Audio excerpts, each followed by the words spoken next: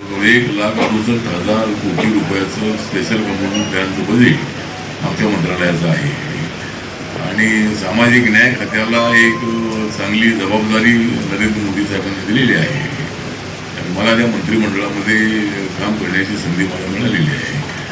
एक तर नरेंद्र मोदी यांनी जे जनधन योजना सुरू केली होती, बँकेमध्ये जे अकाउंट आहे ते अकाउंट फक्त काही विशिष्ट लोकांचेच असायचे, सरकारी अधिकाऱ्यांचे आणि कर्मचाऱ्यांचे अकाउंट असायचे, पण आम आदमीचा आणि बँकेचा काही संबंध नसायचा. नरेंद्र मोदी यांनी 2014 मध्ये जनधन योजना सुरू केली आणि आतापर्यंत 51 कोटी लोकांचे अकाउंट देशामध्ये उघडण्यात आलेले आहे.